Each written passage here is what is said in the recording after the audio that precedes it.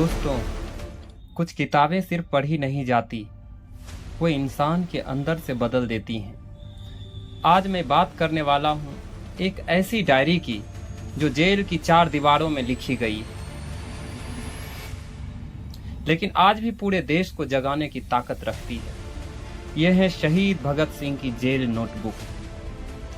जब हम भगत सिंह का नाम सुनते हैं तो हमारे सामने एक तस्वीर आती है, एक निडर क्रांतिकारी जिसने हंसते हंसते फांसी को गले लगा लिया।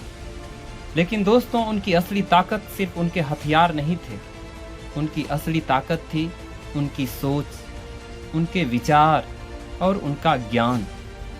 मैंने जब उनकी जेल डायरी पढ़ी तो मुझे एहसास हुआ कि भगत सिंह सिर्फ एक क्रांतिकारी नहीं थे, वो एक गहरे चिंतक, एक दार्शनिक और एक जागरूक युवा थे।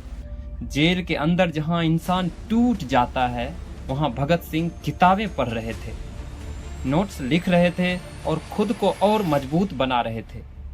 उन्होंने कार्ल मार्क्स, लेनिन, टॉल्स्टॉय जैसे महान विचारकों को पढ़ा और हर एक विचार को समझकर अपने शब्दों में उतर दिया।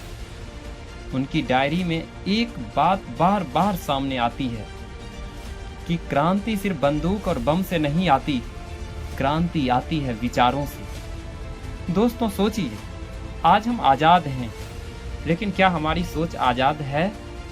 क्या हम सच में अपने समाज, अपने देश के लिए कुछ सोचते हैं? भगत सिंह ने लिखा था कि किसी भी समाज को बदलने के लिए सबसे जरूरी है लोगों का जागरूक होना।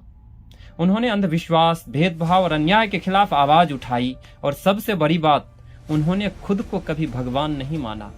वो कहते थे इंसान को अपने दिमाग से सोचना चाहिए, सवाल करना चाहिए। जब मैं उनकी डायरी पढ़ रहा था तो मुझे ऐसा लगा जैसे एक 23 साल का नौजवान आज भी मुझसे सवाल कर रहा है, क्या तुम अपने देश के लिए सोचते हो? क्या तुम अपने समाज को बेहतर बनाने की कोशिश करते हो? दोस्तों, भगत सिंह ने अपनी जान दी, लेकिन उससे पहले उन्होंने हमें एक रास्ता दिया, सोचने का, समझने का और बदलाव लाने का। आज जरूरत बम और बंदूक की नहीं है, आज जरूरत है भगत सिंह जैसी सोच की, भगत सिंह जैसी हिम्मत की और भगत सिंह जैसी जागरूकता की। अगर हम उनकी डायरी से सिर्फ एक बात भी सीख लें तो यकीन मानिए हमारा जीवन भी बदल सकता है और हमारा देश भी।